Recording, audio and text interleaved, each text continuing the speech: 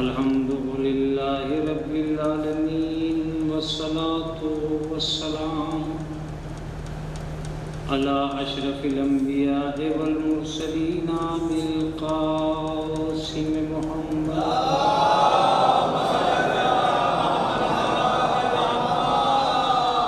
والصلاة والسلام على أهل بيته الطيبين الطاهرين المعصومين المظلومين المنتجبين المنتخبين. أما بعد فقد قال الله تعالى وتبارك في كتابه المحكم وخطابه المتقن وقوله أحسن. بسم الله الرحمن الرحيم.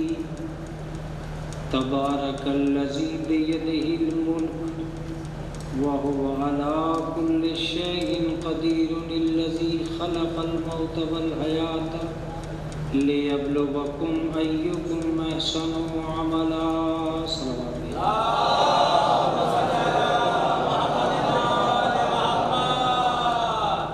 حضرات گرامی قدر،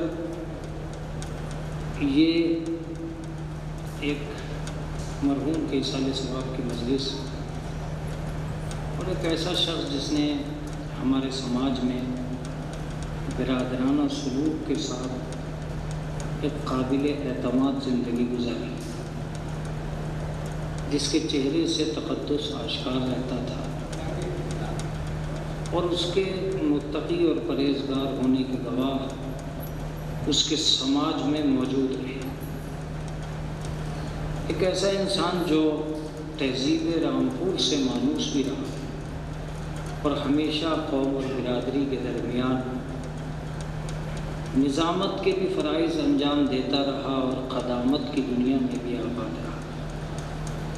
ایسا نہیں کہا جا سکتا کہ اختلاف کی دیوار نے اسے جھٹکا دے دیا ہو یا مصائب و آلام نے اسے برادری سے دور کر دیا ہو. کتنے ہی بار وہ ہمارے سامنے کاروان مدحت کا قافلہ سالار رہا اور ہم اسے دیکھتے تھے، اسے سنتے تھے. یہ اور بات ہے کہ مجبوریاں دامنگیر ہو گئیں اور وہ شے جو کہ قرآن مجید کے نظریے کے مطابق کل نفس ذائقۃ الموت کا ترجمہ ہے، وہ ہر کس و ناکس کے پاس آنے والی ہے. ہم اس سے گریزاں نہیں ہو سکتے. میں نے جس آیہ کریمہ کو اپنا عنوان کلام قرار دیا ہے، اس میں دو ہی لفظ ہیں جو بہت زیادہ آشنا ہیں. بابرکت ہے وہ ذات جس کے ہاتھوں میں ملک پایا جاتا، وہ وہی پروردگار ہے جس نے موت کو پیدا کیا اور حیات کو پیدا کیا. کیوں؟ اس لیے کہ یہ آزمایا جا سکے کہ تم میں سے بہترین عمل کرنے والا کون ہے. یہ قرآن مقدس کی ایک آیت ہے اور اس میں ایک لفظ جو قابل غور ہے وہ یہ ہے خلق الموت والحیات. اسی نے موت کو پیدا کیا اور اسی نے حیات کو پیدا کیا. اس لفظ کے درمیان میں کوئی فاصلہ نہیں ہے. موت کا بھی خالق وہی ہے اور حیات کا بھی خالق وہی ہے. جب ہم یہ جانتے ہیں کہ کوئی فاصلہ نہیں ہے تو ایک بات ضرور سوچنے کی ہے کہ اللہ نے پہلے نام موت کا لیا، بعد میں نام حیات کا لیا. خلق الموت والحیات، یہ نہیں کہا خلق الحیات والموت. اس نے پہلے موت کا لفظ لیا، بعد میں حیات کا لفظ لیا، تاکہ سماج کا شعور اس بات پہ آمادہ ہو جائے کہ اللہ کی نظر میں موت پہلے ہے، حیات بعد میں. سماج حیات کو پہلے رکھتا ہے، موت کو بعد میں رکھتا ہے. وہ پہلے زندگی پر نظر رکھتا ہے، بعد میں موت پہ نظر رکھتا ہے. بس میں ایک لفظ کہہ سکتا ہوں کہ سماج میں اور قرآن میں یہی فرق آ چکا ہے. اس کی اولیت موت پہ ہے، ہماری اولیت حیات پہ ہے. ہم زندگی کو اولیت دیتے ہیں اور قرآن مجید موت کو اولیت دیتا ہے۔ اب یہ بات طے ہے کہ ہزاروں بار ہماری زندگی میں یہ چیزیں آتی ہیں کہ ہم موت سے اور حیات سے دوچار ہوتے ہیں، لیکن جو حق ہے اور جو غور کرنے کا طریقہ ہے ہم اس سے دور ہٹتے جا رہے ہیں۔ اس لیے دور ہٹتے جا رہے ہیں کہ ہمیں وہ چیز پیاری لگتی ہے جسے ہم چاہتے ہیں، ہمیں وہ چیز پیاری نہیں لگتی جسے ہم نہیں چاہتے۔ یہی وجہ ہے کہ زندگی پر ہزاروں بار مسکرانے کو دل چاہتا ہے اور زندگی پر ہزاروں خوشیاں منانے کو دل چاہتا ہے۔ زندگی کے مل جانے پر ہمارے فخر و تکبر کا حال عجیب و غریب ہوتا ہے، لیکن موت مل جانے پر غم اور غصے کی لہر دوڑ جاتی ہے۔ ہم یہ سوچنے لگتے ہیں کہ موت ایک تنفر آمیز کیفیت کا نام ہے، جہاں فنا ہی فنا ہے، زوال ہی زوال ہے، تباہی ہی تباہی ہے، اور ہم آنسو بہانے پر آمادہ ہو جاتے ہیں۔ لیکن ایک سوال جو قرآن مجید ہمیشہ ہم سے کرتا رہے گا وہ اتنا سا ہے کہ یہ تمہیں کیا ہو گیا ہے؟ ہم نے زندگی دی تو تم خوش بہت ہوئے، ہم نے موت دے دی تو تم ناراض بہت ہوئے۔ یہ کیسے ہو سکتا ہے کہ ایک ہی چیز، ایک ہی خالق، دونوں کا خالق ایک ہو، ایک اچھی ہو جائے ایک بری ہو جائے؟ یہ کیسے ممکن ہے کہ ایک ہی خالق ہے، ایک چیز اچھی ہو جائے اور ایک چیز بری ہو جائے؟ کیا تم نے یہ سوچ لیا ہے کہ ہم نے موت کو غلط پیدا کر دیا؟ کیا تم یہ سمجھ بیٹھے ہو کہ ہم نے موت کے ذریعے سے تمہیں کوئی تکلیف دے دی؟ نہیں، جب ہم خالق ہیں دونوں کے تو ان دونوں کے لیے تمہیں تیار رہنا پڑے گا۔ کبھی حیات تمہارا حصہ بن جائے گی، کبھی موت تمہاری تقدیر بن جائے گی۔ موت کے آنے پر غم نہیں کرنا ہے، عزیز کے جدا ہونے پر غم کرنا ہے۔ ایک صلوات پڑھ دیں محمد۔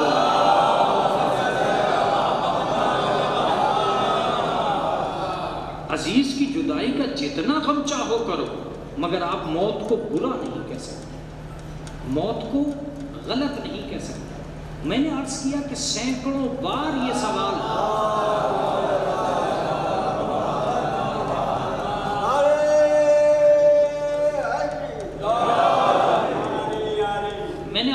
سینکڑوں بار یہ سوال ذہن و دل و دماغ میں آئے گا کہ موت ملی تو برا بہت سمجھا گیا، زندگی ملی تو اچھا بہت سمجھا گیا۔ جب سماج قرآن مجید سے دور جانے لگتا ہے تو اس سماج میں یہ کیفیت طاری ہونے لگتی ہے۔ اصل بات یہ ہے کہ نہ اپنے آپ میں موت بری ہے، نہ اپنے آپ میں حیات بری ہے۔ اب اگر لفظ کمزور ہو گیا تو موضوع بدل دوں گا، اور اگر لفظ کمزور نہیں ہوا تو یہ میرا سب سے پسندیدہ موضوع ہے جس میں میں بول رہا ہوں۔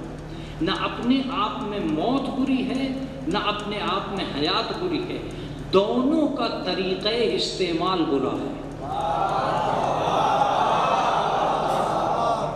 دونوں کا طریقہ استعمال برا ہے۔ اگر کسی نے زندگی بری گزاری تو اس کی زندگی بری ہے، کسی نے موت بری گزاری تو اس کی موت بری ہے۔ جملہ تھا، کیا جملہ تھا خدا کی قسم۔ چلیے میں اسے اور قریب لے آؤں، چونکہ میں اردو ادب سے واقف بھی ہوں اور ماحول رامپور کا اردو ادب سے مانوس ہے۔ یہاں ابھی تک وہ تہذیب زندہ ہے جس تہذیب پہ مجلسوں کی سماعت کا دار و مدار رکھا جاتا ہے۔ یہ وضعی طور پر بھی مسلمان لگتے ہیں۔ رامپور میں ٹوپیاں مشہور ہیں، ایک صلوات پڑھ دیں محمد والے۔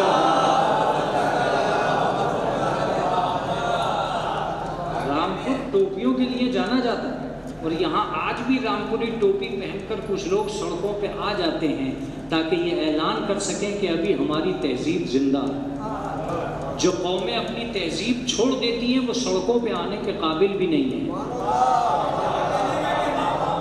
جو قومیں اپنی تہذیب چھوڑ دیتی ہیں وہ سڑکوں پہ آنے کے قابل بھی نہیں ہیں۔ اسی لیے حسین نے مجلس کے بعد جلوس رکھا تاکہ قوم کی تہذیب کا اعلان ہوتا رہے۔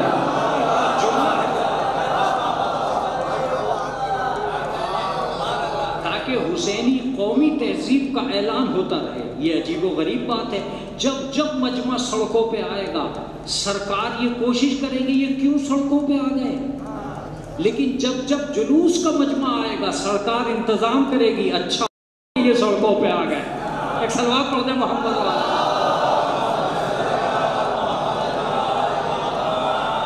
سرکاریں انتظام کرتی ہے، تو جو قومیں اپنی تہذیب چھوڑ دیتی ہیں انہیں سڑکوں پہ آنے کا حق نہیں ہوتا ہے۔ جو قومیں با تہذیب رہی ہیں انہیں سڑکوں پہ ایک لفظ آ گیا ہے جو میں بیچ میں سناتا چلوں۔ کوئی ضرورت ہی نہیں تھی مجلس کے بعد جلوس کی، کیا ضرورت تھی؟ جب مجلس عبادت ہے اور اس میں ثواب دارین مل چکا تو بخشش تو ہو چکی، اب کیا ضرورت ہے کہ ہم جائیں سڑکوں پر اور سڑکوں پہ جا کے یا حسین کریں؟ اس کا مطلب یہ کہ عزاداری کا فلسفہ صرف بخشش تک مراد نہیں ہے، صرف بخشش تک مراد نہیں ہے، زمانے کو حسینیت سے واقف کرانے کے لیے سڑکوں پہ آنا بھی ضروری ہے۔ اب ایک لفظ سنیے گا، مولا امام باڑے میں کیوں بلایا، سڑکوں پہ کیوں پہنچوایا؟ کہ امام باڑے میں ہم نے اس لیے بلایا تھا کہ تم ہمیں بتا سکو کہ تم کیسے ہو۔ کیا جملہ ہے یہ، امام باڑے میں ہم نے اس لیے بلایا تھا کہ تم ہمیں بتا سکو کہ تم کیسے ہو، سڑکوں پہ اس لیے بھیجا تھا کہ زمانے کو بتا سکو کہ تم کیسے ہو۔ سڑکوں پہ اس لیے بھیجتے ہیں کہ تم زمانے کو بتا سکو کہ تم کیسے ہو۔ اکثر و بیشتر ایسا ہوتا ہے کہ 10 دن تک مجلس ہوتی ہے، 10ویں دن جلوس نکلتا ہے۔ اکثر و بیشتر ایسا ہوتا ہے کہ 10 دن تک مجلس ہوتی ہے اور 10 دن کے بعد جلوس نکلتا ہے۔ ایک بہترین جملہ ہے جو آپ تک پہنچ گیا۔ اصل میں حسین یہ چاہتے ہیں کہ 10 دن ایک مولوی ممبر پہ آ کے تمہیں درس دیتا رہے گا، جب تم تہذیب حسینیت سے آشنا ہو جاؤ گے تو تم سڑک پہ جا کے بتانے کے قابل ہو جاؤ گے کہ 10 دن میں ہم نے سیکھا کیا ہے۔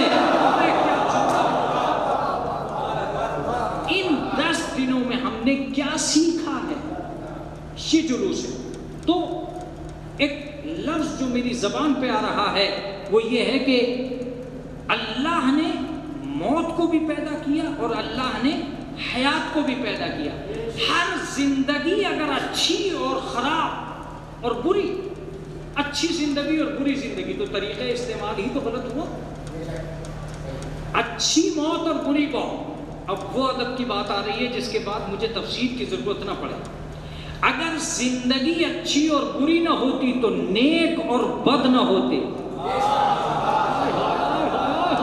خدا کی قسم، دوسرا لفظ سنیے گا، اگر موت اچھی اور بری نہ ہوتی تو ہلاکت اور شہادت نہ ہوتے۔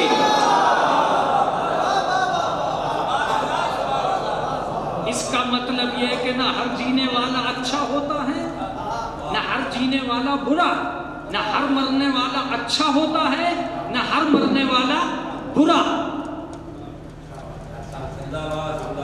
پہلے میں یہ لفظ بتا دوں کہ نیک کسے کہتے ہیں؟ جو زندگی کا استعمال کر کے اچھائیوں تک پہنچے اسے کہتے ہیں نیک، جو زندگی کا استعمال کر کے برائیوں تک پہنچے اسے کہتے ہیں بد۔ اس کا مطلب یہ کہ زندگی کے استعمال کو اچھا اور برا بنانا یہ انسان کا کام ہے، یہ انسان کا کام ہے۔ عزیزوں متوجہ رہیے گا، یہاں میں حضرت علی کا ایک جملہ آپ کی خدمت میں پیش کرتا ہوں۔ اگر میں پوری مجلس نہ پڑھتا اور اسی جملے کو آپ کو یاد دلا دیتا تو شاید میرا مقصد ادا ہو جاتا اس مضمون کا۔ اگر ہزاروں الفاظ قربان کر دیے جائیں اس لفظ پہ، انسان کا فعل کا اثر انسان پہ کیا ہوتا ہے؟ مولا سے پوچھیں۔ مولا فرماتے ہیں کہ فاعل الخیر خیر منہ، فاعل الشر شر منہ۔ اچھائی کا کرنے والا اچھائی سے اچھا ہے، برائی کا کرنے والا برائی سے برا ہے۔ یہ خدا کا، برائی کا کرنے والا برائی سے برا ہے اور اچھائی کا کرنے والا اچھائی سے اچھا ہے۔ اس کا مطلب فعل کا اثر انسان کے اوپر ہوتا ہے اور اس کے نتیجے میں اچھائی اور برائی آتی ہے۔ جس نے اچھی زندگی گزاری اور موت تک پہنچا اسے شہادت کہتے ہیں، جس نے بری زندگی گزاری اور موت تک پہنچا اسے ہلاکت کہتے ہیں۔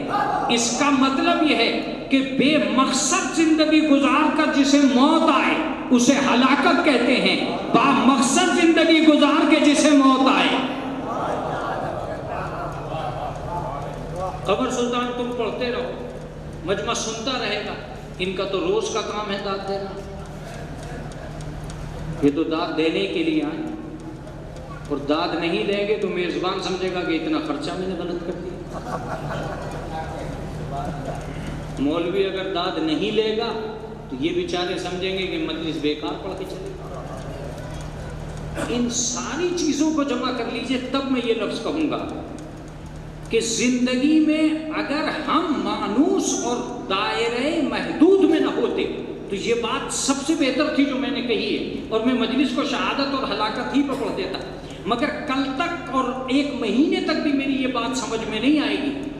اگر دنیا میں زندگی اور موت کا ترجمہ کرنا ہے تو آپ کو کربلا پہنچنا پڑے گا۔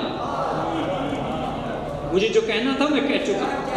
اگر بہت بری زندگی دیکھنا ہو تو یزید کو دیکھنا، بہت اچھی موت دیکھنا ہو تو حسین کو دیکھنا۔ اس کا مطلب یہ کہ نہ اپنے آپ میں موت اچھی ہے، نہ اپنے آپ میں حیات اچھی ہے، نہ اپنے آپ میں حیات بری ہے، نہ اپنے آپ میں موت بری ہے۔ دونوں کا طریقہ استعمال برا ہے۔ اب میں آپ کو فیصلہ دے رہا ہوں اپنی بحث کا اور اپنے اس لفظ کا، اگر آدمی یزید بن جائے تو زندگی بہت بری ہے، اگر آدمی حسین کی طرح مرے تو موت بہت اچھی ہے۔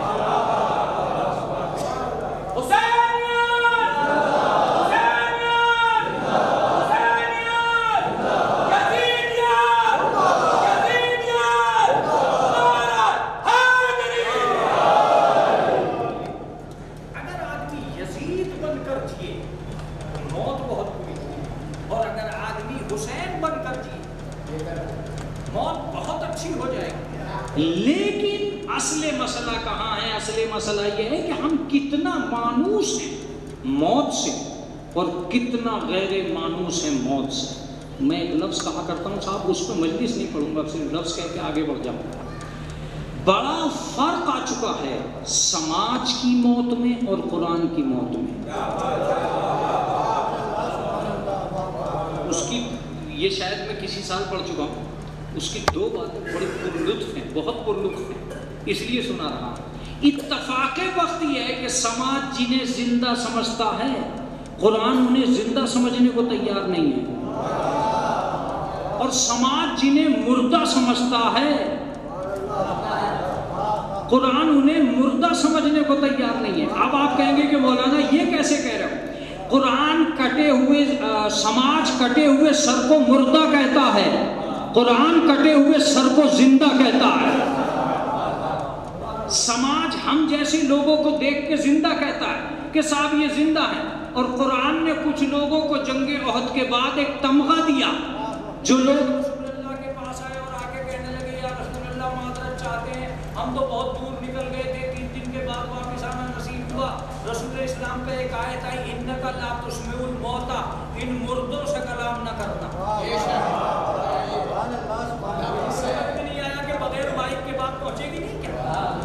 ان مردوں سے کلام نہ کرنا، جو تنے کھڑے تھے ان کے لیے کہہ دیا یہ مردہ ہے، جو خود کو زندہ سمجھ رہے تھے ان کے لیے کہہ دیا یہ مردہ ہے۔ اب میں اگر مجلس پڑھنا بھول گیا ہوں تو بات دوسری ہے، اگر آپ سننا نہیں بھولے ہیں تو بات کو سنیے۔ یہ تنے کھڑے تھے، خود کو زندہ سمجھ رہے تھے، قرآن انہیں مردہ کہہ رہا تھا۔ اس کا مطلب یہ کہ خدا کی نظر میں زندہ ہونا کمال ہے، خود کی نظر میں زندہ ہونا کمال ہے۔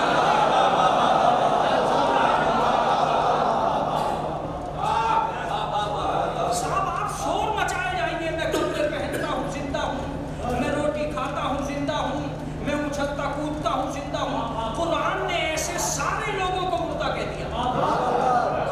ایک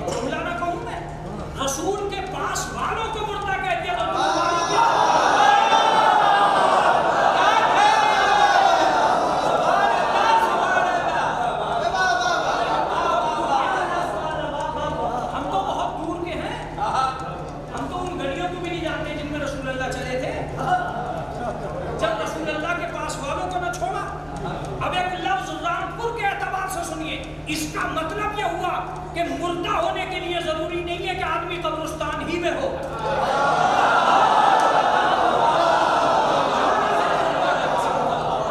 اس کا مطلب یہ ہوا کہ مردہ ہونے کے لیے ضروری نہیں ہے کہ آدمی قبرستان میں ہو.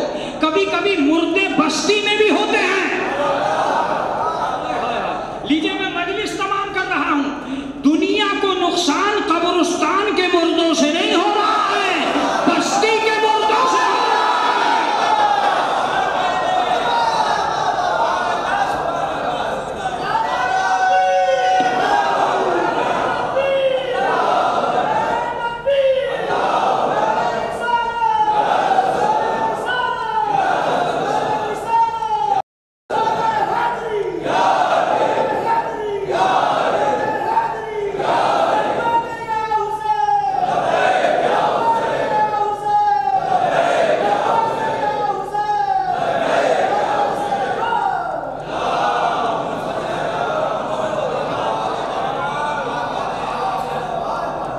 دنیا کو اتنا نقصان قبرستان کے مردوں سے نہیں ہو رہا جتنا نقصان بستی کے مردوں سے ہو رہا ہے. ایک دوسرا جملہ جو مجلس کے لائق ہے، جس دن بستی کے مردے زندہ ہو گئے اس دن قوم زندہ ہو جائے گی. ارے مولانا کیوں کہہ رہے ہو بستی میں مردے رہتے ہیں؟ میں اس لیے کہہ رہا ہوں کہ بستی میں اگر مردے نہ ہوتے تو مردنی چھاتی نہیں. یہ جو مردنی چھا رہی ہے قوم پر، یہ ایسا دیکھیں، سفید کپڑے پہننے کا مطلب یہ نہیں ہے کہ یہ کفن نہیں ہے. کلر تھوڑی طے کرے گا، کلر تھوڑی طے کرے گا کہ کفن کیسا ہوتا ہے، مردہ کیسا ہوتا ہے. کیا پتہ چلے گا کہ مردہ کیسا ہوتا ہے؟ اس کا مطلب یہ کہ ہاں ایک سوال تم کر سکتے ہو کہ مولانا اگر یہ مردے ہیں تو کیا ان پہ فاتحہ پڑھ دیں؟ میں نے کہا کیا مطلب؟ مردہ ثابت ہوتا ہے فاتحہ پڑھنے سے؟ میں نے کہا کہ بھئی قرآن مجید تم نے تو یار اچھے خاصے ٹہلتے پھرتے گھومتے اچھلتے کودتے لوگوں کو مردہ کہہ دیا. اب میں کیا کروں گا؟ کیا میں ان پہ فاتحہ پڑھ دوں؟ کہا بالکل مت پڑھنا، اس لیے کہ ہر مردہ فاتحہ کے بھی قابل نہیں ہوتا ہے.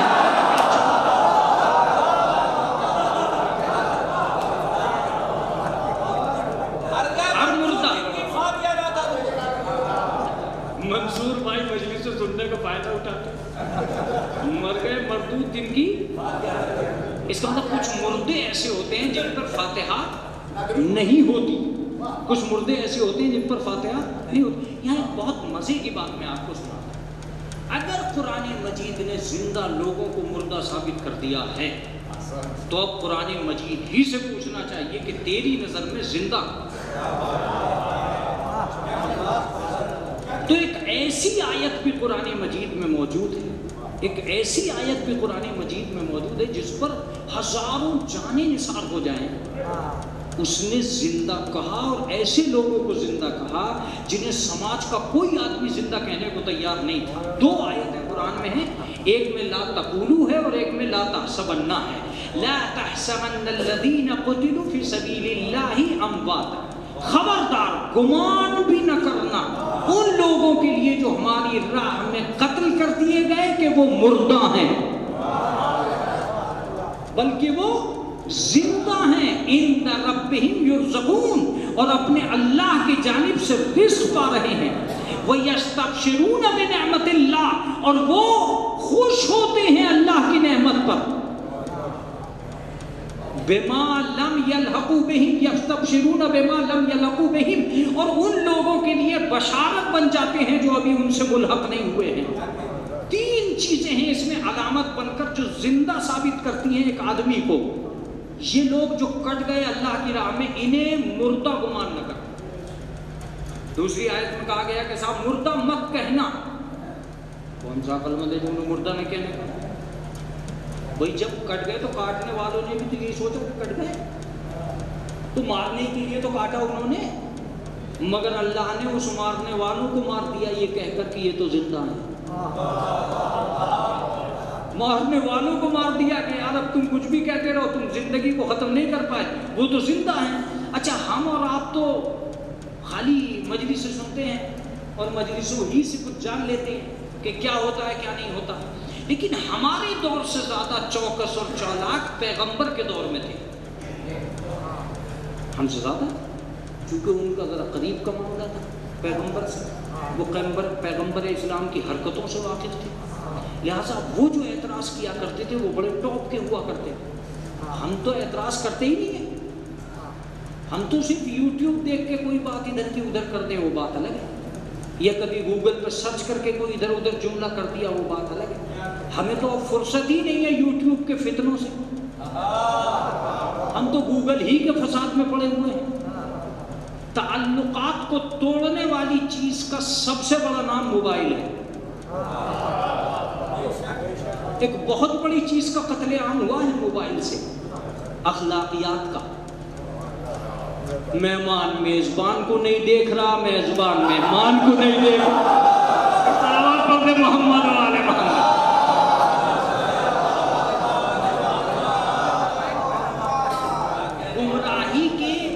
گمراہی کے رشتے اتنے قریب آ گئے ہیں کہ بیٹا باپ سے دامن بچا رہا ہے، آوارہ گردی کا تصور بدل گیا۔ کل آوارہ وہ ہوتا تھا جو گھر سے باہر نکل جائے، آج آوارہ وہ ہے جو بند کر کے کمرے کے اندر چلا جائے۔ ارے ایک صلوات پڑھ دیں محمد و آل محمد۔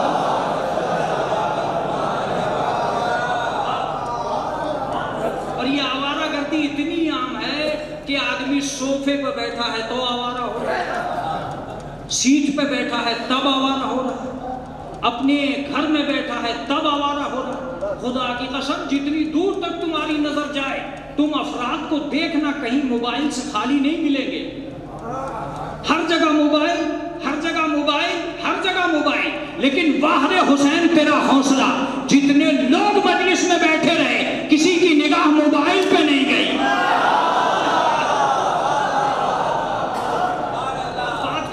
کسی کی نگاہ موبائل پہ نہیں جاتی۔ اس مجمع میں سے جو امام باڑے میں بیٹھے ایک بھی آدمی موبائل نہیں دیکھ رہا ہے، نہ تو بچہ دیکھ رہا ہے، نہ جوان دیکھ رہا ہے، نہ بوڑھا دیکھ رہا ہے۔ اس کا مطلب یہ کہ حسین کی آواز آ گئی ہے۔ ہم نے سماج کو کل بھی بچایا تھا، آج بھی بچا رہے ہیں۔ کوئی بھی تہذیب ہو، کوئی بھی تہذیب ہو، وہ امام باڑے کے باہر رہتی ہے، امام باڑے کے اندر نہیں آتی۔ کیا جملہ کہہ رہا، کیا جملہ میں نے کہا ہے۔ موبائل جیسی چیز امام باڑے میں آئی، آنکھیں ہوتے ہوئے کسی نے موبائل نہیں چلایا۔ اسی لیے وہ لوگ امام باڑے کے باہر رہتے ہیں جنہیں موبائل چلانا ہے۔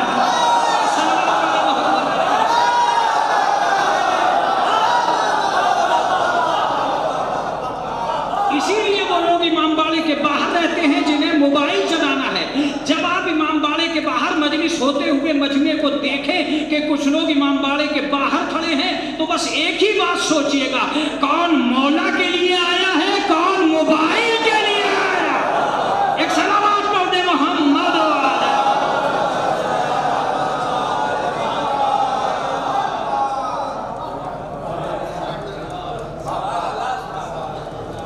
یہ کہانی حقیقت۔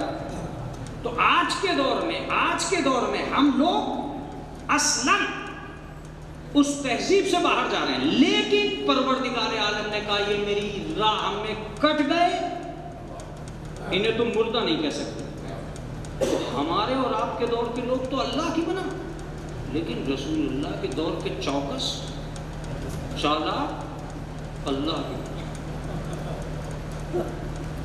جنہیں رسول اللہ نے اپنے پاس سے دور کیا، وہ رسول اللہ کے گھر میں گھس گئے، گھر میں گھس گئے اور چوکسی کر کے گھس گئے، چالاکی کر کے گھس گئے، اور رسول اللہ کبھی گھر سے نکل ہی نہیں سکے۔ ایسے حالات بنا دیے کہ آیات جو نہ بدل سکے انہوں نے روایات بدل دی۔ کیا جملہ تھا جو رائے نہ چلا۔ آیات تو بدل نہیں سکے مگر روایات کو بدل دیا۔ بہت سی باتیں تو وہ تھی جو رسول اللہ نے صرف اس لیے نہیں کہی کہ لوگ برداشت نہیں کر پائیں گے، آس پاس کا ماحول متقاضی نہیں تھا، لہذا رسول اللہ نہیں بتاتے تھے۔ حالانکہ ایک آدمی سے یہ کہہ بھی دیا کہ میں اگر علی کے سارے فضائل بیان کر دوں تو لوگ علی کے پیروں کی مٹی کو سرمے چشم بنا لیں گے، مگر حالات نہیں ہے اس لیے بیان نہیں کرتا۔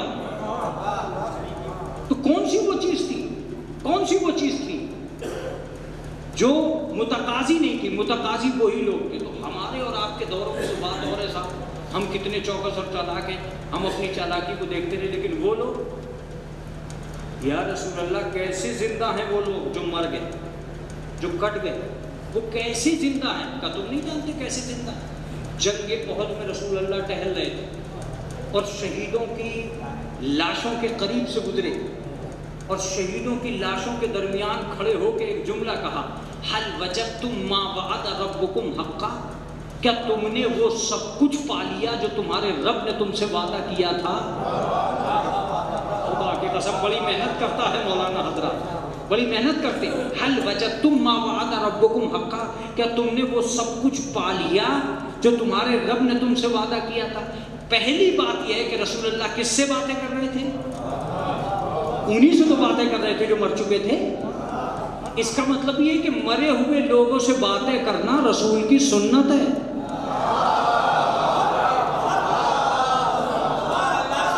میری بات آپ تک پہنچی نہیں، میری بات آپ تک پہنچی نہیں۔ ہاں البتہ رسول نے بھی ہر مردے سے بات نہیں کی، اسی سے بات کی جو شہید ہوا۔ اس کا مطلب تلقین اسی مردے پر پڑھی جائے گی جو محبت آل محمد میں شہید مرا ہے۔ اب آخری جملہ سن لیجئے، جن کے مردے ہلاکت کی طرف گئے ہیں وہ کوئی تلقین نہیں پڑھتے، اور جن کے مردے شہادت کی طرف گئے وہ رسول اللہ کی طرف باتیں کرتے۔ حل وجدتم ما وعد ربکم حقا، کیا تم نے وہ سب کچھ پا لیا جو تمہارے رب نے وعدہ کیا تھا؟ تو ایک آدمی آگے بڑھا، رسول اللہ یہ بات کہہ رہے، ایک آدمی آگے بڑھا اور آگے بڑھنے کے بعد میں کہتا ہے یا رسول اللہ انہم اموات، یہ تو سارے کے سارے مر گئے۔ رسول نے اس کی طرف دیکھا اور دیکھ کے کہا فقال لا، نہیں یہ مرے نہیں ہیں، اسمع منکم، یہ تم سے زیادہ سن رہے ہیں۔ اسمع منکم، یہ تم سے، بس میں تو مجلس کو تمام کرنے کو دل چاہ رہا ہے اسی لفظ پر۔ مرنے کے بعد انسان کی قوت اتنی بڑھ جاتی ہے کہ جو ہم دنیا میں نہیں ہوتے وہاں ہوتے۔ ادھر کی زندگی میں اور ادھر کی زندگی میں فرق یہ ہوتا ہے کہ حسیات بہت زیادہ اضافی ہو جاتے ہیں۔ اسمع منکم، وہ تم سے زیادہ سن رہے ہیں۔ ایک دلیل میں نے دے دی، دوسری دلیل دینے جا رہا ہوں کہ مرنے کے بعد آدمی کتنا حساس ہو جاتا ہے۔ جب ہر مردے کو قبر میں رکھ دیا جائے گا تو پروردگار عالم اپنے فرشتوں سے کہے گا، یہ قرآن میں ہے، اقرا کتابک کفا بنفسک اليوم علیک شہیدا، اس مردے سے کہو کہ تم اپنا نامہ اعمال پڑھو، آج تمہارے ضمیر کی گواہی کے لیے یہی نامہ اعمال کافی ہے۔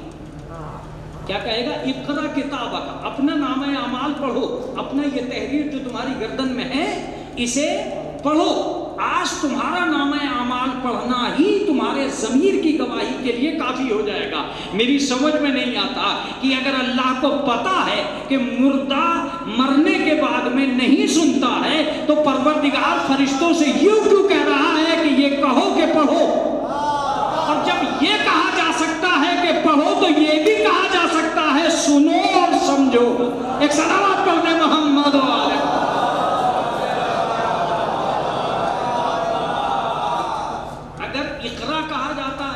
تو اسما اور افہم بھی کہا جاتا ہے۔ لہذا برسہ برس گزر گئے، ہمیں دو چیزوں کو دیکھتے ہوئے، اور ان دونوں چیزوں کا نام ہے زندگی اور موت۔ حالانکہ میں ایک لفظ کہا کرتا ہوں اور جب کہتا ہوں، جب تفصیل سے مجلس کو رہا ہوتا ہوں کہ نہ ہر آدمی کو جیتے جی جینا آتا ہے اور نہ ہر آدمی کو موت کا سلیقہ آتا ہے۔ اگر ہر آدمی کو موت کا سلیقہ آتا تو امام حسین جناب قاسم سے موت کا ذائقہ نہ پوچھتے۔ اس کا مطلب یہ کہ امام حسین ایک ذائقے کو پہنچانا چاہتے تھے دنیا تک، تاکہ دنیا یہ سمجھے کہ موت کسے کہتے ہیں۔ لیکن عزیزو، کیا گتھیاں سلجھ چکی ہیں؟ کیا ہم مکمل طور پر یہ سمجھ چکے ہیں کہ واقعاً زندگی کیا ہے؟ اور کیا ہم یہ پہچان چکے ہیں کہ واقعاً موت کیا ہے؟ میں آج بالکل تختے کو الٹ دوں گا جب آپ محسوسات کی دنیا میں آئیں گے۔ میں یقین سے کہتا ہوں، اور میں نے جتنا مطالعہ کیا ہے ان ساری کتابوں کی قسم کھا کے کہتا ہوں کہ موت اور زندگی کا تعلق یہ ہے کہ موت زندگی کا کچھ نہیں بگاڑ سکتی، بشرطے کہ آپ اسلامی ہوں۔ کوئی موت انسان کو فنا نہیں کرتی، کوئی موت انسان کو مٹاتی نہیں ہے، کوئی موت انسان کو ختم نہیں کرتی ہے۔ اب اگر میری دلیلیں آپ سنیں گے تب اس کے بعد آپ کی اپنی مرضی ہوگی کہ آپ اسے کہاں لے جا کے رکھیں، لیکن میں ایک لفظ کہنے جا رہا ہوں جس کے بعد مجھے تفسیر کی ضرورت نہ پڑے۔ موت کے حملے جسم پہ ہوتے ہیں، زندگی پہ نہیں۔ موت جسم کو آتی ہے، زندگی کو نہیں آتی۔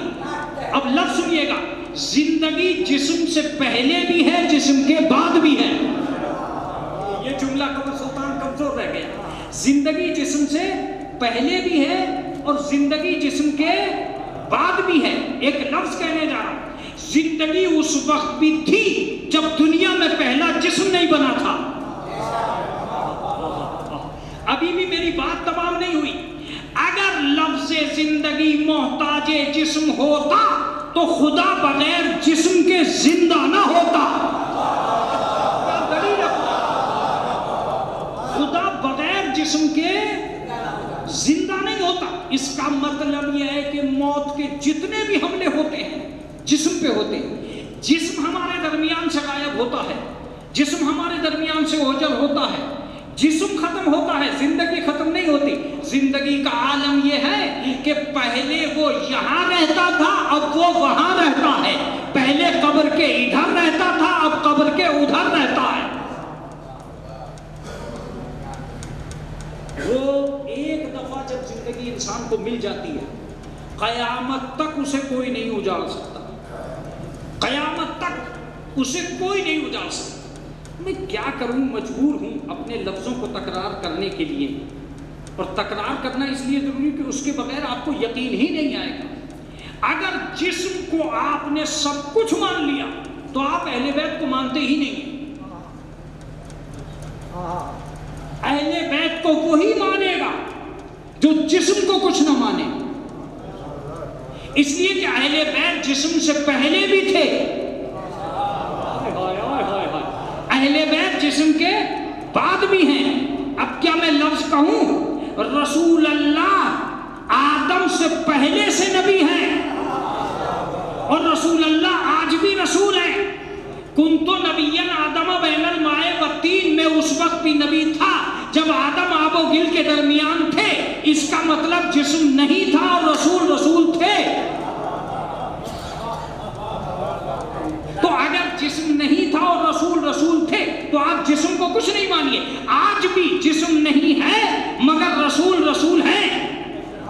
اس کا مطلب اہل بیت جسم کے محتاج نہیں ہے۔ شاید یہی وجہ تھی کہ جس نے سر کاٹا تھا وہ حیران رہ گیا، نوک نیزہ پہ حسین نے تلاوت کر دی۔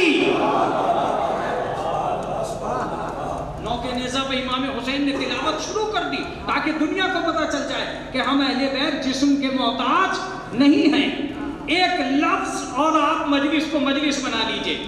انہوں نے جسم بھی اس لیے استعمال کیا تاکہ جسم قابل اعتبار ہو جائے۔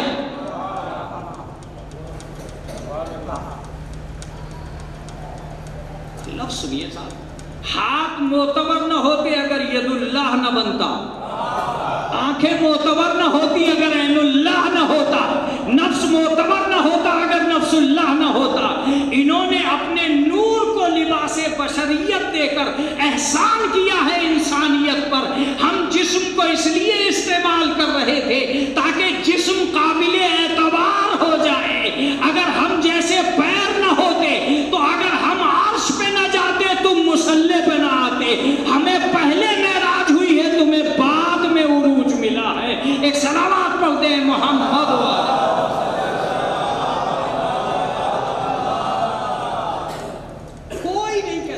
کوئی نہیں کہہ سکتا کہ زندگی محتاج جسم ہے، نہیں، زندگی کبھی بھی محتاج جسم نہیں ہے، نہ ان کے لیے تو ہے ہی نہیں۔ یہ کل بھی بغیر جسم کے تھے، آج بھی بغیر جسم کے ہیں۔ اب میں ایک ترجمہ کرنے جا رہا ہوں حضرت علی کا۔ عالم نور میں علی تھے، عالم ظہور میں علی آئے، اور آج بھی علی ہیں۔ جہاں جہاں لفظ ہیں لگ جائے سمجھ لیجئے کہ وہاں فنا ہے ہی نہیں۔ خواجہ نے یہ نہیں کہا تھا کہ حسین تھے، یہ کہا حسین ہیں۔ اس کا مطلب لفظ ہیں بتاتا ہے کہ ان کی زندگی کل بھی موجود تھی اور ان کی زندگی آج بھی موجود ہے۔ بیچ میں کچھ دن کے لیے انہوں نے جسم استعمال کیا تاکہ آپ کو یقین آ جائے کہ جسم بھی کوئی قابل اعتبار چیز ہے۔ ہاتھوں کو بلندی نہ ملتی اگر ان کے ہاتھ نہ ہوتے، زبانوں کو وقار نہ ملتا اگر ان کی زبان نہ ہوتی، جسم کو بھروسہ نہ ہوتا اگر ان کے جسم نہ ہوتے۔ انہوں نے انسانیت کو بلندیاں دینے کے لیے ان ساری چیزوں کا استعمال کیا، کچھ دن کے لیے اس دنیا میں آئے۔ بلکہ میں ایک لفظ اور کہنے جا رہا ہوں، اہل بیت کے لیے جسم کا استعمال اختیاری چیز تھا۔ اگر اختیاری چیز نہ ہوتا تو ایک آدمی 40 جگہ دعوت کھاتا ہوا نظر نہ آتا۔ ایک صلوات پڑھ دیں محمد والے۔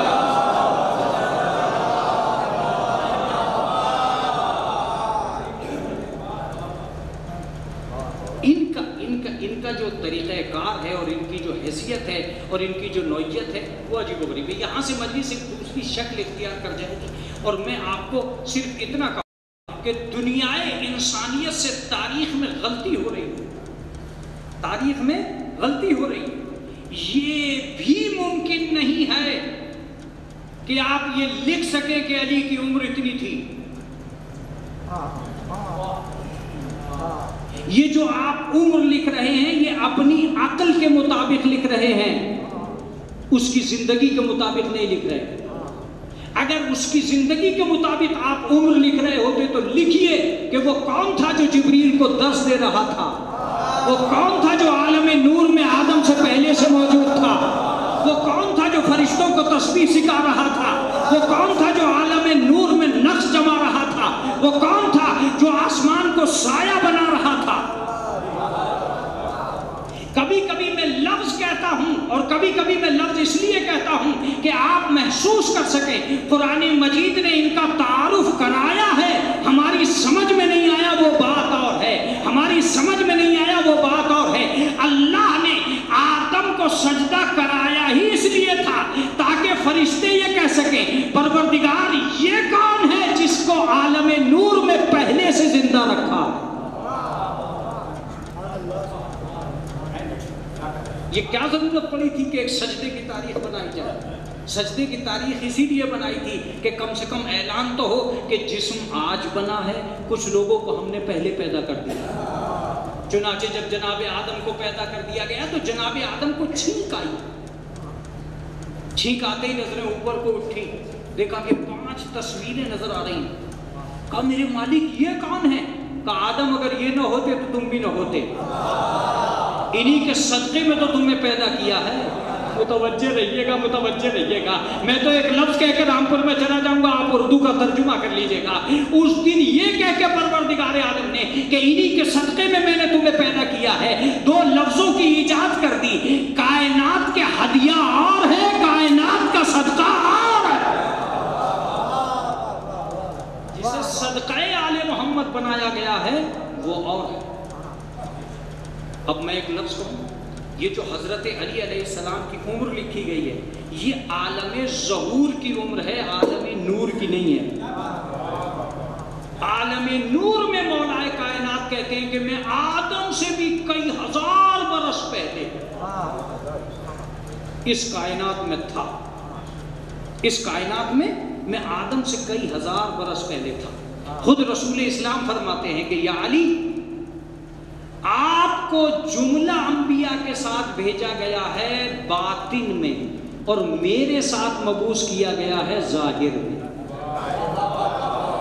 جملہ انبیاء کے ساتھ آپ کو بھیجا گیا ہے باطن میں، اور میرے ساتھ بھیجا گیا ہے ظاہر میں۔ بس میرا کمال یہ ہے کہ تم میرے ساتھ ظاہر میں آئے ہو۔ عزیزوں متوجہ رہیے گا، جب علی کے پاس جسم نہیں تھا تو انبیاء کہتے تھے یا علی مدد، آج جسم نہیں ہے تو ہم کہتے ہیں یا علی مدد۔ لیکن حضرت علی کل بھی مددگار تھے، حضرت علی آج بھی مددگار ہے۔ میں یہ کہہ سکتا ہوں کہ کعبے میں علی پیدا ہوئے، یہ کعبہ عالم ظہور کی تاریخ ہے، عالم نور کی تاریخ نہیں۔ یہ کب سے ہیں یہ وہی بتا سکتے ہیں، یہ وہی بتا سکتے ہیں یہ کب سے۔ مجھے ایک واقعہ یاد آ رہا ہے جسے مظفر علی خان صاحب نے ایک کتاب لکھی اہل بیت کی معرفت نورانیت کے ساتھ۔ اس میں ایک بہترین بات لکھی تھی، واقعہ لکھا تھا۔ واقعہ آپ کا بہت پرانا سنا ہوا، بہت پرانا، پہلے کے ذاکرین اسے پڑھتے تھے، اب میں ان ذاکرین کو شامل کر کے پڑھوں۔ رسول اللہ کے دور میں کالا جن آیا۔ دیکھیے لال جن تو کوئی بھی اتار دے، کالا جن بہت مشکل۔ ایک تعویذ گنڈے والے کے پاس ایک مولانا گیا، ان مولانا نے کہا مولانا میری گاڑی چل نہیں رہی ہے، آپ کوئی ایسا کر دیجئے کہ میری گاڑی چل رہی ہے۔ تو انہوں نے حساب لگایا اور حساب لگا کے کہا کہ اس میں 2 جن بیٹھے، یہ میرے سامنے کا واقعہ، اس میں 2 جن بیٹھے ہیں۔ تو اس نے کہا مولانا یہ اور بتا دیے کہاں اتاروں؟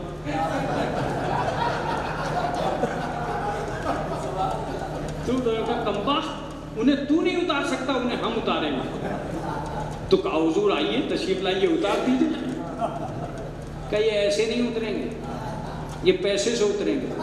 تو اس نے کہا کہ میں گاڑی کھڑی کیے دے رہا ہوں، یہ جہاں چاہیں لے جائیں، اس لیے کہ پیسے ہی کے لیے تو میں جن اتروا رہا تھا۔ تو اصل مسئلہ کیا ہے؟ کسی کا جن اترے نہ اترے ان کا تو اتر گیا، تعویذ گنڈے والوں کا تو جن اتر ہی گیا، کسی کا اترے یا نہ اترے ان کا تو بیچاروں کا اتر گیا۔ تمہارا جن صحیح ہوا یا نہیں ہوا، نہیں ہوا، ہوا یا نہیں ہوا، ان کا تو صحیح ہو گیا۔ میں ایک لفظ کہنے جا رہا ہوں، برا نہ مانیے گا، آپ نے اپنے تغافل کی وجہ سے ہی شریعت کو گراں قدر مشکل میں ڈال دیا ہے۔ آپ اتنی سی بھی ذمہ داری اٹھانے کے لیے تیار نہیں ہیں، اسی لیے آپ تلاش کرتے ہیں کہ کہاں ہیں۔ سوال یہ پیدا ہے کہ جو دعا وہ پڑھ سکتے ہیں وہ آپ بھی پڑھ سکتے ہیں۔ آپ نے ڈھنگ سے دعا نہیں پڑھی تو دعا کے لیے پیسہ ادا کرنا پڑا۔ اگر ڈھنگ سے دعائیں پڑھ لی جاتی تو کوئی پیسہ ادا نہیں ہوتا۔ قرآن مجید میں 2 تعویذ آئے ہیں، غور سے سنیے گا، قرآن مجید میں 2 تعویذ آئے ہیں۔ جب رسول اللہ امام حسن اور امام حسین کو سلاتے تھے تو 7 مرتبہ قل اعوذ برب الناس اور 7 مرتبہ قل اعوذ برب الفلق پڑھ کر ان پہ دم کیا کرتے تھے۔ یہ مشکل کشا ہیں اور مشکل کشا کے بیٹے ہیں۔ سوال یہ ہے کہ ان پہ قل اعوذ برب الناس پڑھنے کی کیا ضرورت تھی؟ مگر شاید وہ ہر آدمی کو یہ سبق دینا چاہتے تھے، اگر تم اپنے بچوں کے لیے اتنا بھی نہیں کر سکتے ہو تو دعوائے محبت نہ کرو۔ ہمیں انا اعطیناک الکوثر مانے یاد کرائے، قل اعوذ برب الناس یاد ہی نہیں، مگر قل اعوذ برب الناس پڑھنے والا مومن مشکلات میں گرفتار نہیں ہو سکتا۔ رسول اسلام فرماتے ہیں کہ میں ضامن ہوں اس آدمی کا جو 7 مرتبہ قل اعوذ برب الناس پڑھ کر اپنے سینے پر دم کر کے گھر سے نکلتا ہوں، میں ضامن ہوں۔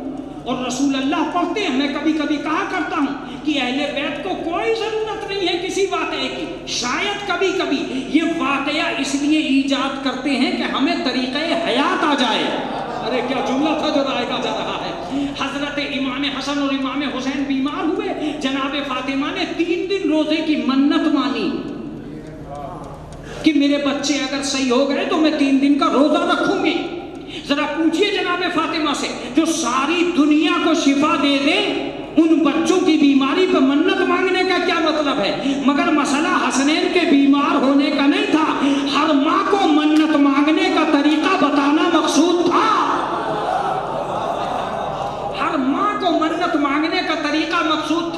اور یہ بھی بتانا چاہتی تھی کہ صرف ایک مرغے کی منت ماننا، ایک بکرے کی منت ماننا، 1 کلو حلوے کی منت ماننا، 4 کلو جلیبی کی حلت ماننا یہ اور ہے، 4 روزوں کی منت ماننا یہ اور ہے، مال کی دنیا اور ہے، اعمال کی دنیا اور۔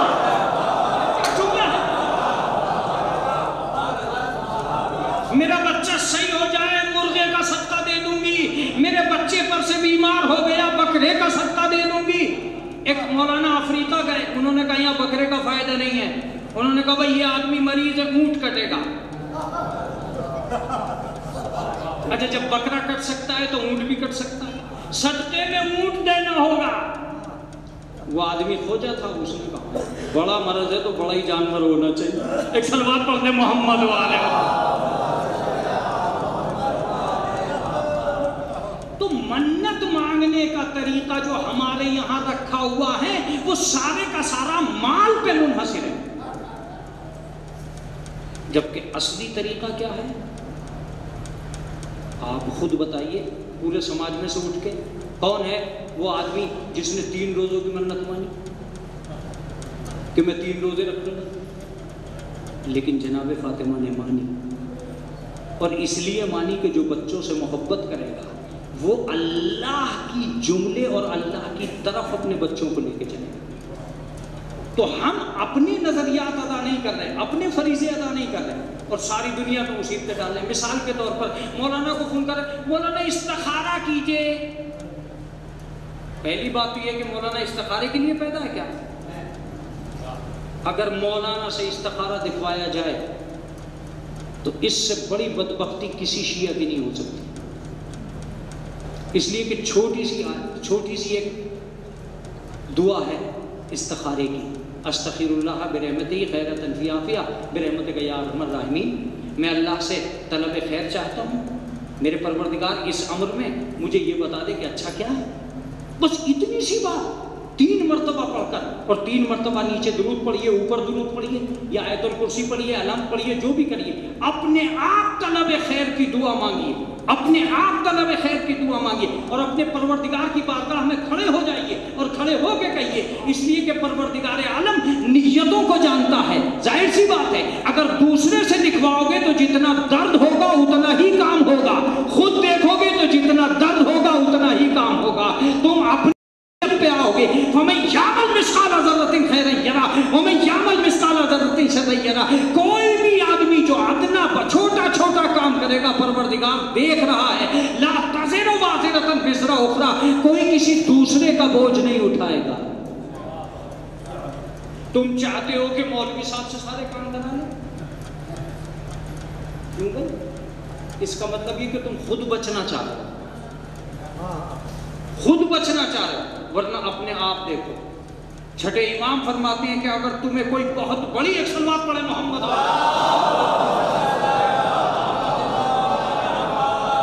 شاید یہ بہت عمدہ بات بھی ہو جائے اور نہ بھی ہو تو کوئی حرج نہیں ہے، مولویت کا کام تو ہو ہی رہا۔ ایک آدمی گیا مولا امام جعفر صادق،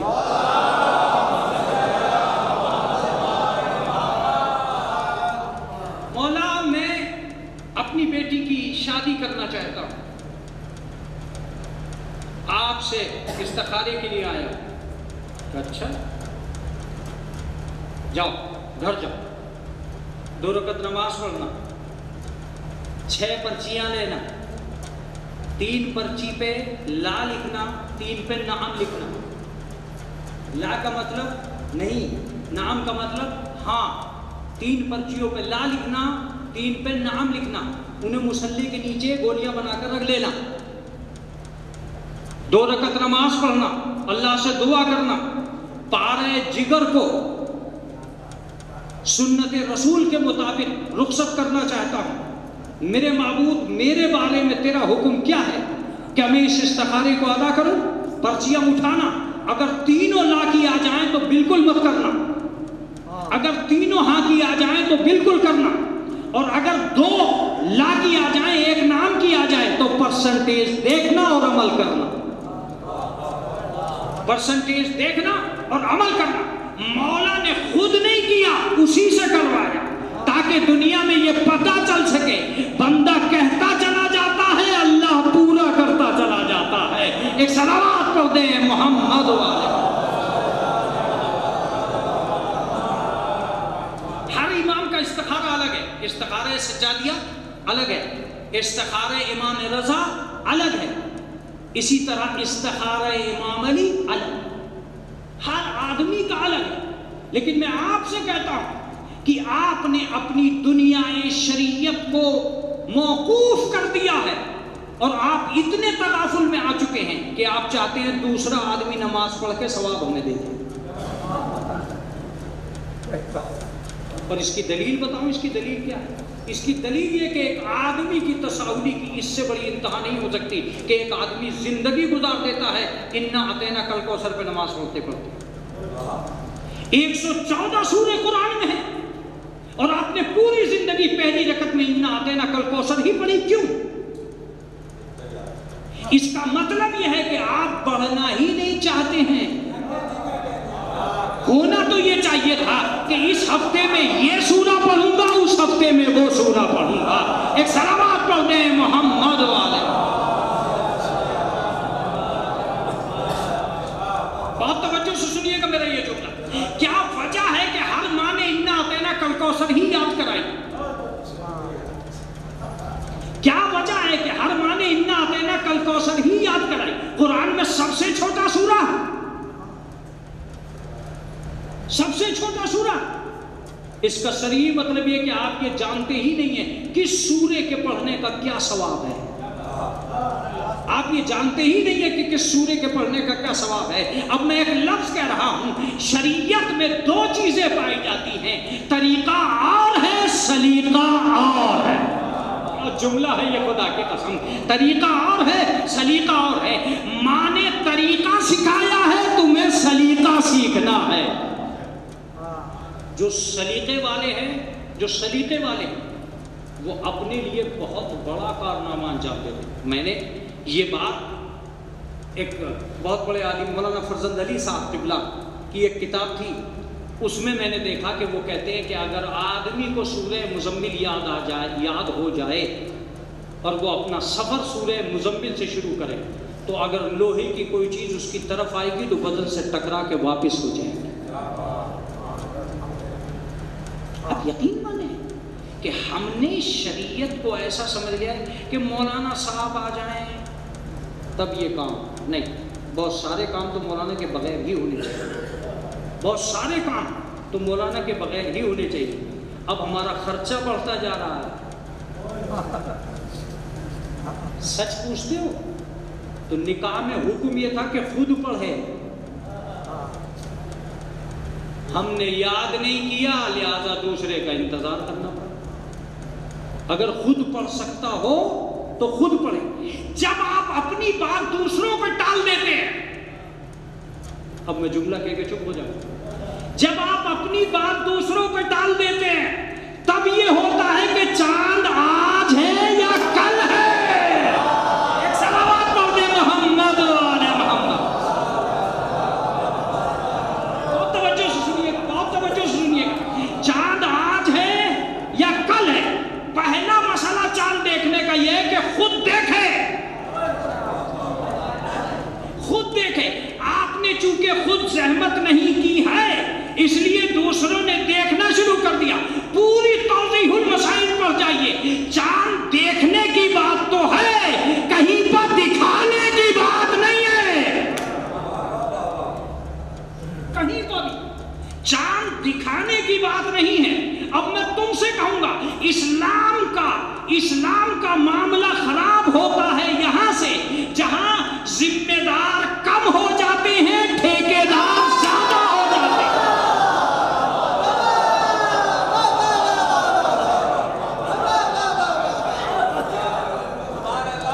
جہاں ذمہ دار کم ہو جاتے ہیں، ٹھیکیدار زیادہ ہو جاتے ہیں۔ اگر ٹھیکیدار نہ ہوتا تو ذمہ دار کو گھر میں بیٹھنا نہ پڑتا۔ توجہ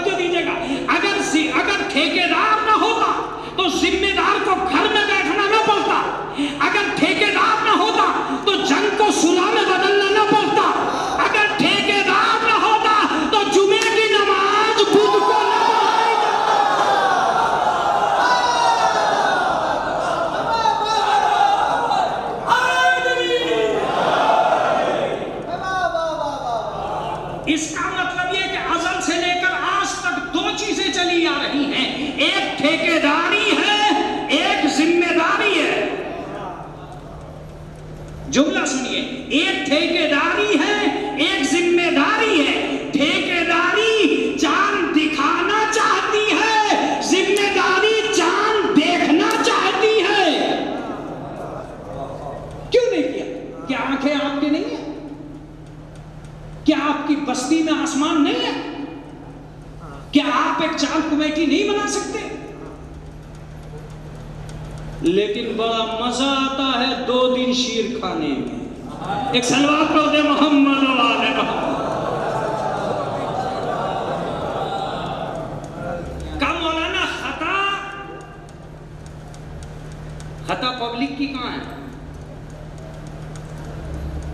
یہ بات پتہ ہے کہ خطا پبلک کی کہاں ہے؟ پبلک کی ایک ہی خطا ہے کہ وہ تو اکیلا نماز پڑھ رہا ہے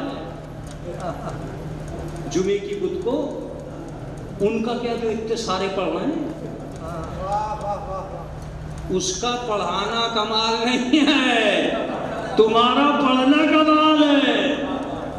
وہ تو چاہتا ہی ہے، وہ تو چاہتا ہی ہے کہ یہ بدھ میں بھی میرے ساتھ آ جائے، جمعرات میں بھی میرے ساتھ آ جائے۔ ایک صلوات پڑھتے ہیں محمد و آل محمد۔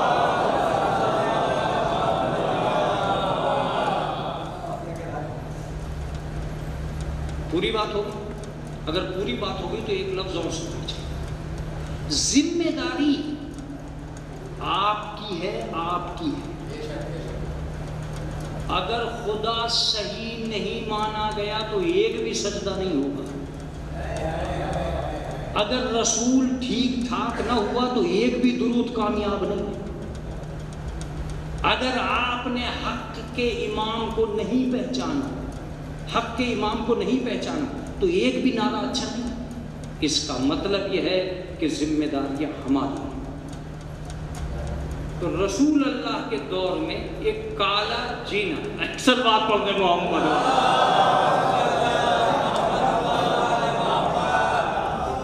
کالا جن، وہ سارا صحابی پریشان، مسجد چھوڑ چھوڑ کے بات، اتنا تنو مند، کس نے دیکھا تھا؟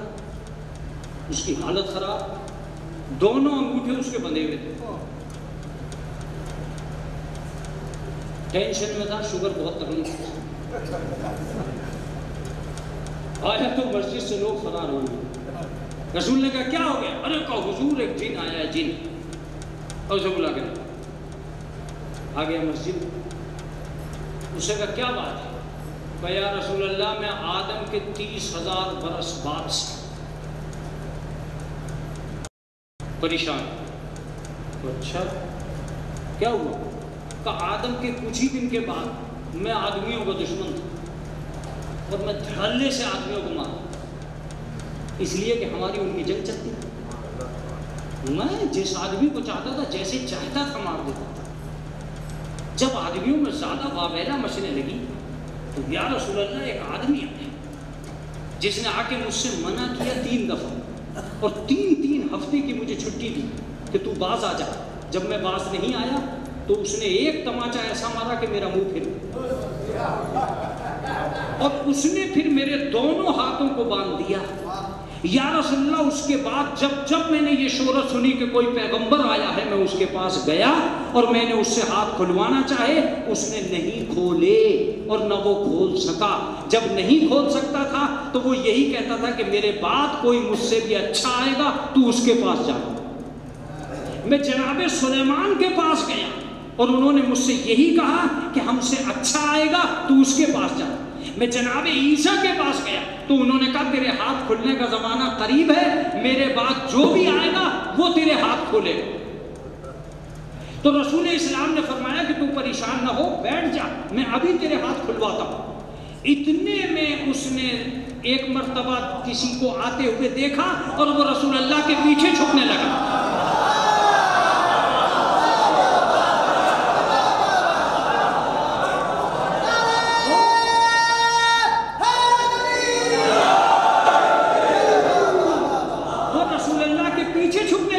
جیسے ہی رسول اللہ کے پیچھے چھپنے لگا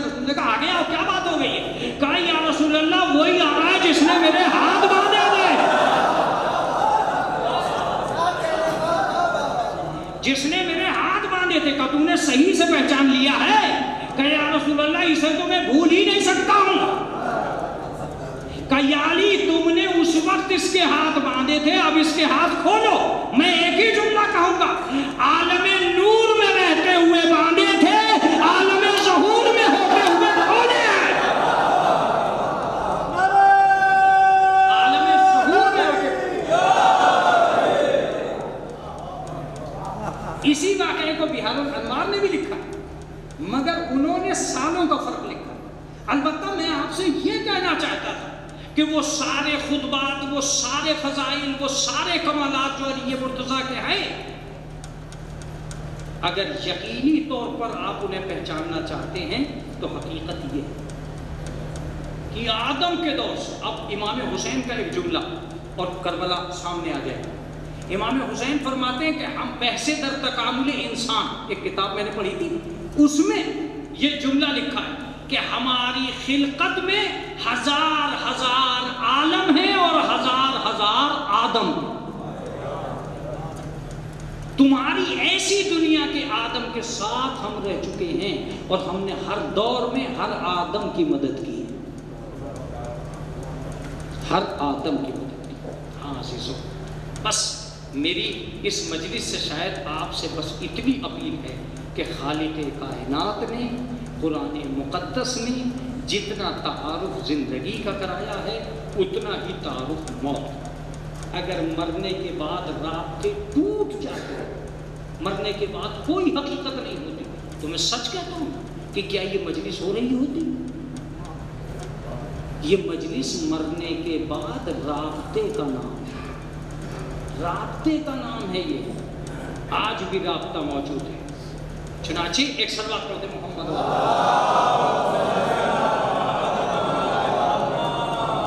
یہاں دو چیزیں میں سناؤں گا، اور یہ چیزیں ایک کتاب ہے مزار المصطفیٰ و آلہ، عبداللہ مجید پیر دامادی، یہ اس کے مصنف ہیں. وہ لکھتے ہیں کہ مرنے کے بعد انسان سے کلام ہو سکتا ہے. وَلَوْ أَنَّ قُرْآنًا سُيِّرَتْ بِهِ الْجِبَالُ أَوْ قُطِّعَتْ بِهِ الْأَرْضُ أَوْ كُلِّمَ بِهِ الْمَوْتَى. اگر کوئی ایسا قرآن ہوتا جس کے ذریعے سے زمین قطع کی جا سکتی ہے، پہاڑ چلائے جا سکتے ہیں، مردوں سے کلام کیا جا سکتا ہے، مردوں سے کلام کیا جا سکتا ہے. اور اگر مردوں سے کلام ٹھیک نہ ہوتا تو یہ جو قبرستان میں جا کے آپ کہتے ہیں السلام علیکم یا اہل القبور، اے قبر والو تم پہ میرا سلام، اس کا کیا مطلب؟ اس کا مطلب ہی یہ ہے کہ آپ جانتے ہیں کہ وہ سن رہے ہیں. اگر ایسا نہ جانتے تو یہ نہیں. اب آپ جملہ سنیے. حضرت علی علیہ السلام کے قبرستان سے گزرا،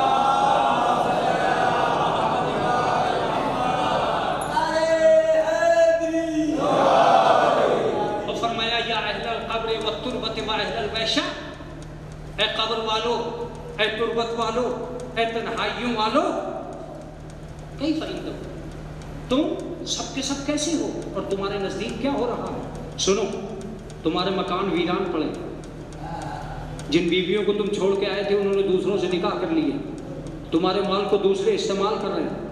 یہ ہماری طرف کی خبر ہے، تمہاری طرف کی خبر کیا ہے؟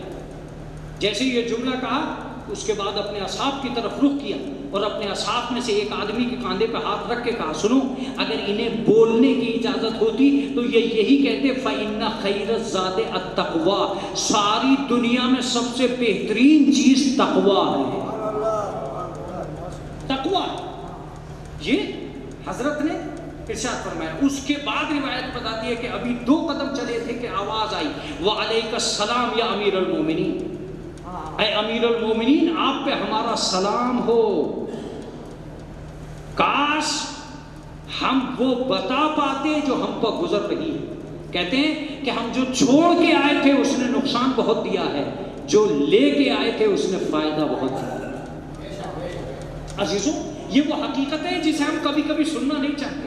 رسول اسلام کے پاس 4 آدمی آئے اور آنے کے بعد میں کہتے ہیں کہ یا رسول اللہ، آپ کا دعویٰ ہے کہ آپ عیسیٰ سے افضل ہیں، اگر آپ عیسیٰ سے افضل ہیں تو کیا آپ مردوں کو زندہ کر سکتے ہیں؟ مدینۃ المعاجز میں یہ واقع ہے، مدینۃ المعاجز میں یہ واقع ہے.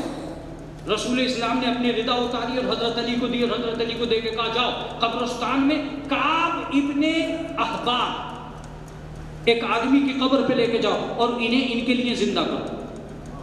حضرت گئے اور جانے کے بعد میں اس کی قبر پہ کھڑے ہوئے، ٹھوکر ماری اور ٹھوکر مار کے اس کے باپ کا نام لیا۔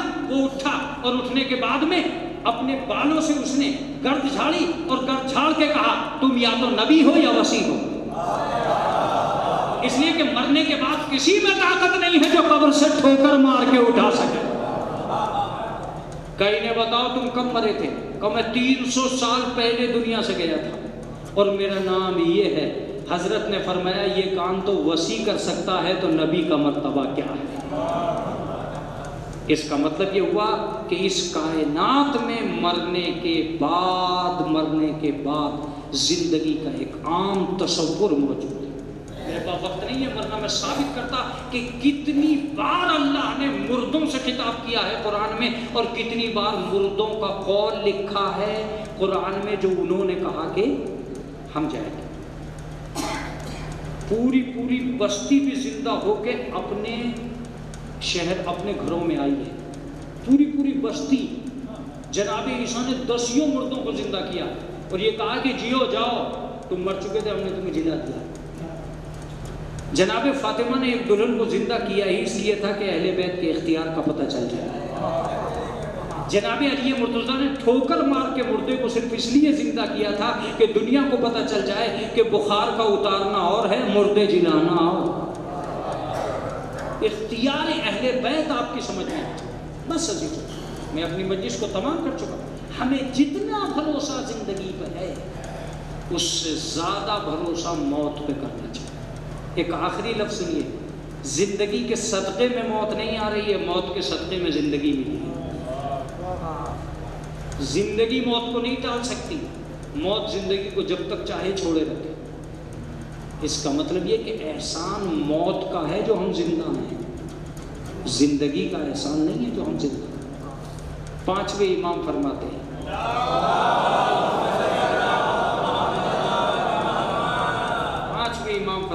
کہ اگر کوئی مرنے والا مر جاتا ہے تو وہ تمہاری طرف ایسے دیکھتا ہے جیسے کوئی فقیر کسی دروازے پہ بھیک مانگ رہا ہو۔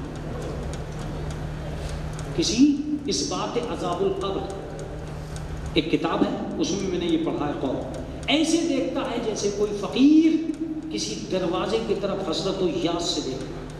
اگر اس کے چاہنے والوں نے کوئی تحفہ اس کو نہیں بھیجا تو وہ ایسے واپس جاتا ہے جیسے کوئی فقیر کسی گھر سے بے آس لوٹ گیا۔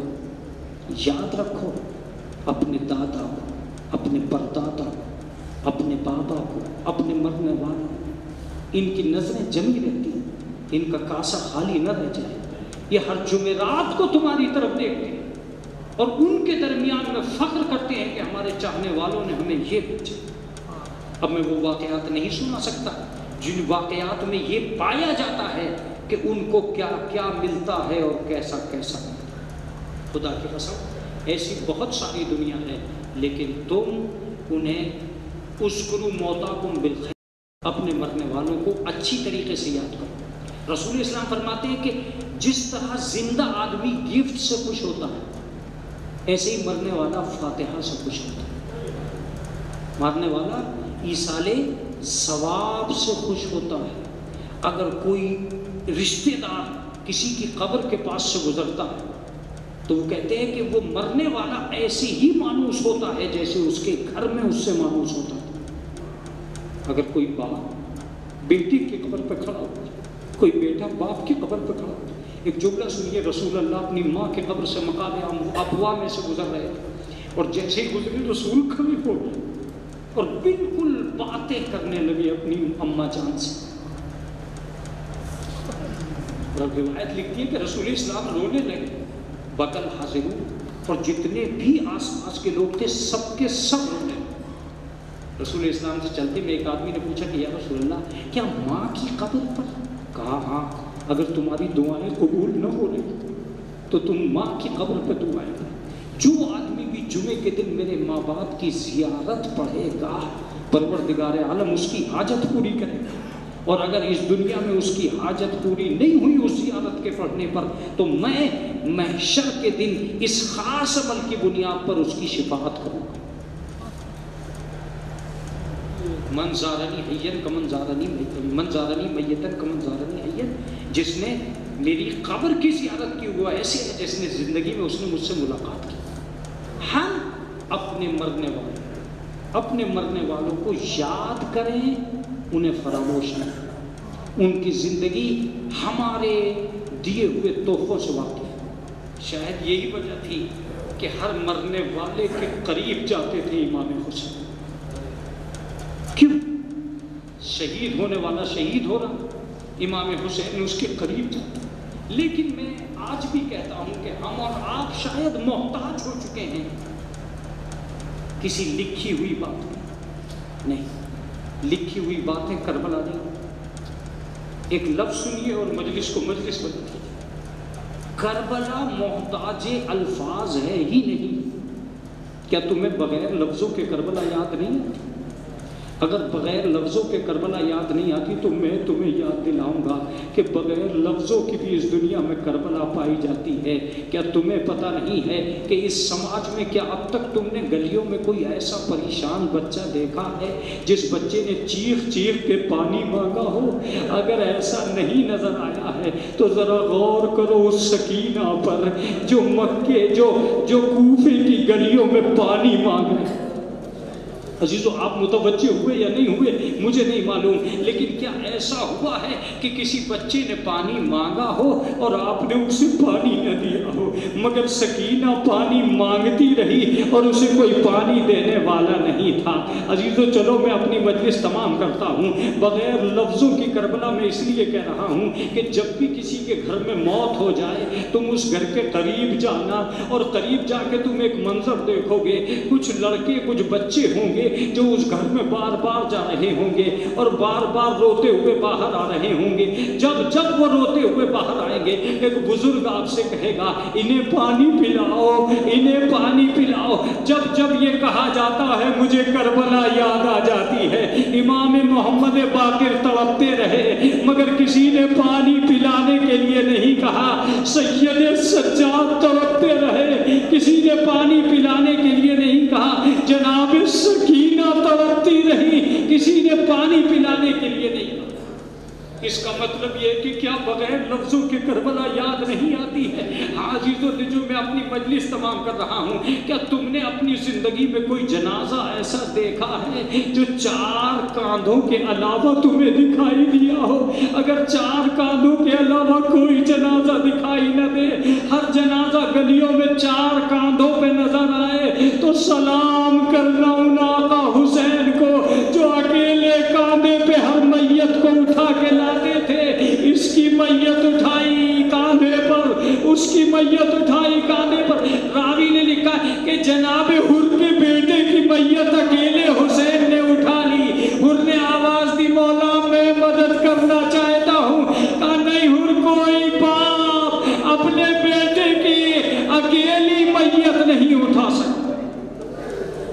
اجرکم اللہ، اجرکم اللہ۔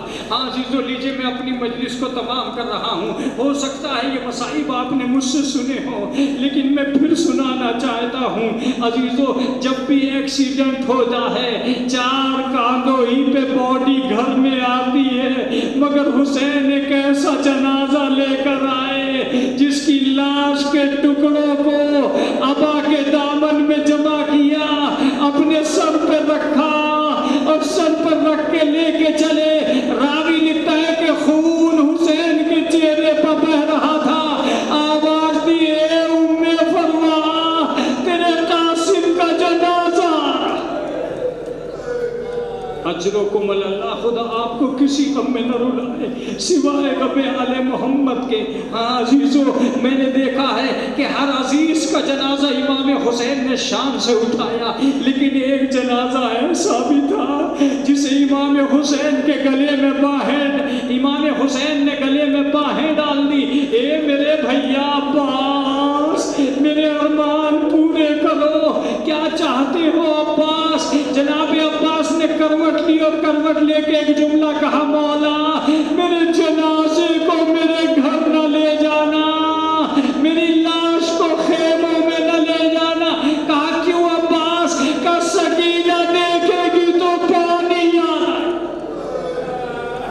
یہی وجہ ہے کہ جناب عباس کی میت لے کر جناب امام حسین خیموں میں نہیں آئے۔ ہاں سکینہ انتظار کر رہی تھی۔ کیا دیکھا کہ ایک علم لے کے آ رہے ہیں، بابا چچا کہاں رہ گئے؟ کا بیٹا نہر فرات کے کنارے تمہیں یاد کر رہے تھے، بازو کٹائے سقائے حرم سو گیا، ہم انہیں سے مل کے آ رہے ہیں۔ سکینہ صبر کرو، اب تمہارا پانی لانے والا کبھی خیموں کی طرف نہیں آئے گا، یہ ٹوٹی ہوئی مشک گواہ ہے، تمہارا چچا نہر فرات پہ سو گیا۔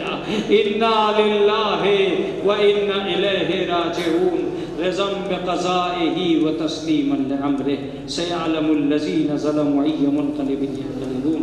الہی بحق الزہرا و ابیہا و بالہا و بنیہا، ایک مرتبہ سورہ حمد اور 3 مرتبہ سورہ اخلاص پڑھ کر مرزا تنویر علی بیگ سحری ابن مرزا عابد علی بیگ سحر رامپوری کی روح کو اشارے سے